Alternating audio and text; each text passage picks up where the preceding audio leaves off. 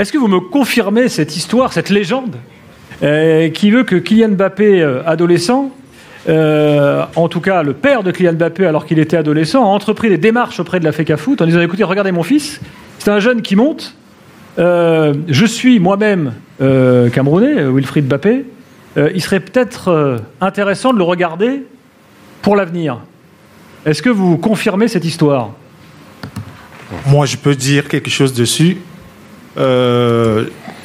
Il y a quelques années, j'ai eu la chance de rencontrer le grand-père de Kylian Mbappé. Originaire de la région de Douala. Oui, du Cameroun, oui, à Bonapriso. J'ai eu un entretien avec lui. Il m'a dit que son petit-fils venait souvent au Cameroun. J'étais stupéfait. Mais après, il y a eu des photos qui ont circulé où ça a confirmé vraiment que Kylian il venait au pays constamment, incognito, il passait ses vacances ici et puis il rentrait.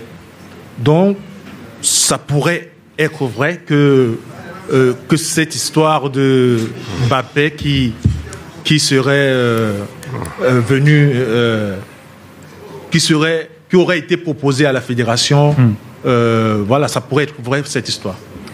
Non, il ne faut pas entretenir des légendes, Gilbert. Vous êtes français, vous savez à quel âge Mbappé a eu sa première sélection? Mbappé, il était encore mineur. Il a eu sa première sélection en A à 17 ans. À quel moment il a été contacté pour venir jouer au Cameroun alors qu'il était déjà un joueur brillant à Monaco? À un moment, il ne faut pas entretenir des légendes parce que la légende à laquelle vous faites allusion veut qu'on ait casté Mbappé pour des équipes de jeunes au Cameroun, mais même les équipes de jeunes en France n'ont pas eu le temps de le voir arriver, il était déjà en équipe première. À quel moment on l'a proposé? Je dis que c'est... Fin de la légende. Il faut qu'on soit rationnel. C'est pas une fin de la légende. Junior défend là maintenant parce que c'était sous son règne peut-être. Non, j'étais parti. Je suis parti du Cameroun en 2013. Mbappé venait souvent au Cameroun. Mbappé venait souvent au Cameroun.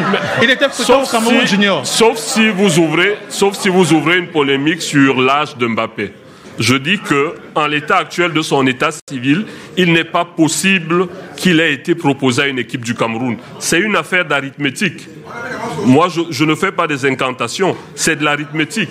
Moi, j'ai quitté la fédération camerounaise en 2013. Donc, on referme la légende. Mbappé, il avait 12 ans, il ne pouvait même pas jouer en équipe. On ne peut pas considérer qu'il s'agit d'un binational qu'on a raté au Cameroun. Voilà. Je le réfute tout simplement sur des bases logiques. Je dis sa première sélection en A, c'est à 17 ans en équipe de France. À quel moment il a été proposé en équipe du Cameroun? Edith. Oui, je rejoins Junior sur cette position. Mbappé, sa maman est algérienne, son père est d'origine camerounaise. Lorsque vous écoutez Kylian, je suis désolé, malgré tous ces facteurs, il s'identifie à raison comme étant français. C'est-à-dire que voilà, aujourd'hui, beaucoup oublient que Mbappé n'a pas été que brillant à l'âge de 17 ans. Il est brillant dans toutes les catégories de jeunes. Il a été au sein de l'équipe de France dans toutes les catégories de jeunes. Donc, je vous en prie. Je vous en prie. Mais il a fait Clairefontaine. Après Clairefontaine, ça a été Monaco. Il a rejoint Monaco pour la formation à Monaco. Et c'est à Monaco qu'il devient pro. Lorsqu'il était en jeune à Monaco, on lui prédestinait déjà cet avenir brillant. Et je tiens à vous rappeler que au sein de la Fédération française de football, il y a des structures, il y a des personnes spécialisées pour encadrer ce type de joueurs qui sont considérés comme des joueurs à fort potentiel. Est-ce que, alors j'élargis au-delà de Mbappé, est-ce qu'au Cameroun il y a un débat autour des binationaux? Par exemple, dans pas mal de pays nord-africains, c'est le cas en Algérie, c'est le cas au Maroc, on a une stratégie. On a une stratégie pour aller séduire des jeunes footballeurs qui ont des doubles nationalités, pour leur dire nous, Marocains, Algériens, on souhaite que tu viennes chez nous, on va t'expliquer, je sais que les Sénégalais le font aussi très bien, et on va t'expliquer pourquoi ce serait bien pour toi que tu viennes chez nous. Il y a une volonté. À la source. Le Maroc le fait très bien, notamment. Il y a une volonté. Est-ce qu'au Cameroun, il y a une volonté depuis plusieurs années, mais à mon sens, ça vaut bonheur la chance. Parce que quel est le projet qu'on propose derrière ces jeunes? Vous voyez un cas comme l'appelle Nathan Goumou qui est arrivé récemment. À peine arrivé, il est déjà dans des conférences en train de jouer le rôle qu'il a joué avec la sélection. Et ça, ce genre de position, moi j'ai côtoyé de nombreuses familles de joueurs en Europe qui vous disent que, au vu du fonctionnement de la sélection camerounaise, ils n'ont pas envie. de rejoindre le groupe. Certains ont rejoint le groupe parce qu'au bout de quelques années, ils ont constaté qu'en sélection, les sélections qu'ils espéraient en Europe, au Portugal, en France ou whatever, il n'y avait aucune issue. Lorsqu'ils ont constaté qu'il n'y avait aucune issue, ils ont donné une suite à la sélection camerounaise. Qui a refusé? Non, il y a beaucoup de joueurs. Il y a Ngok, par exemple, l'ancien joueur de Liverpool, qui n'a jamais voulu rejoindre la sélection camerounaise. Il a longtemps hésité. Ça date. Oui, ça date. Mais il y a Ekitike. Il y a récemment le défenseur de l'Inter de Milan. Qui a été approché. Il y a Ekitike qui est aux portes de l'équipe de France. Ça doit être probablement un aveu d'échec des fédérations africaines de bâtir une stratégie de recrutement de binationaux.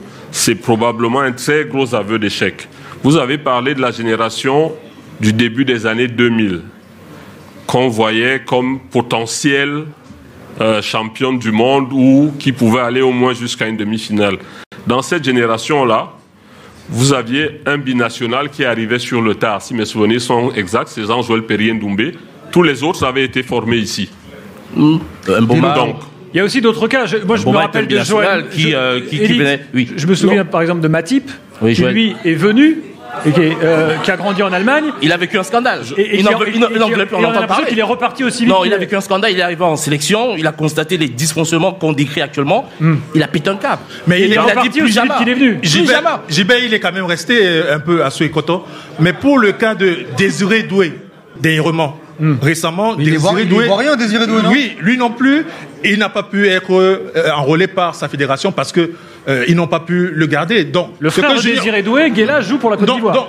Donc, ce que Junior dit, que la fédération ne parvient pas à recruter des talents, c'est un problème africain en général. Non, mais c'est pas facile. Justement, je n'ai pas dit que c'était l'échec de l'Africafoot, j'ai dit que c'était l'échec des fédérations africaines que de bâtir des politiques de casting et de recrutement des binationaux. À vouloir récolter ce qu'on n'a pas sémé. Parce que la France ne met pas en place une politique de formation pour approvisionner nos équipes nationales. La politique de formation qui est mise en place par la France, par l'Espagne, par les Pays-Bas, c'est pour leur sélection d'abord. La plupart de ceux qui viennent certainement par défaut. Et on ne choisit pas son pays par défaut.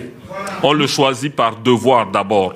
Et donc la responsabilité de la fédération, et c'est en ça que j'espère que la volonté du président actuel de la FECAFOOT va aller au-delà du discours. Parce que lui-même est un produit de ce système-là et doit pouvoir justement investir la même hargne et la même énergie qu'il met dans certaines choses, dans la structuration de ce football à la base et de ces jeunes-là, pour qu'on ne dépende pas de binationaux. On ne peut pas être en train de construire notre avenir en jouant à la loterie. Parce qu'on joue à la loterie en se disant, est-ce qu'il acceptera, Parfois, il faut même courtiser. Moi, je sais comment Aubameyang a été convaincu d'aller de venir jouer pour le Gabon. Son père était pourtant ancien international gabonais. Ça a pris l'intervention du chef de l'État et des considérations qui étaient même pécuniaires pour l'amener à jouer pour le Gabon. On ne peut pas marchander ces choses-là.